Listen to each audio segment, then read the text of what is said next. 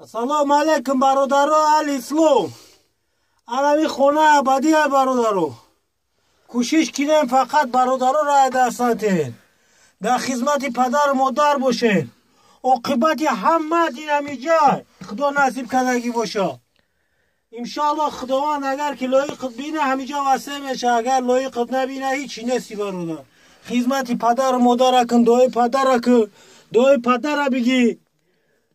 این دنیا دروزه، پول، مال، وظیفه، منصب همه سرت به صاحب بمونه. این تمیوی این همیشه ده اینا.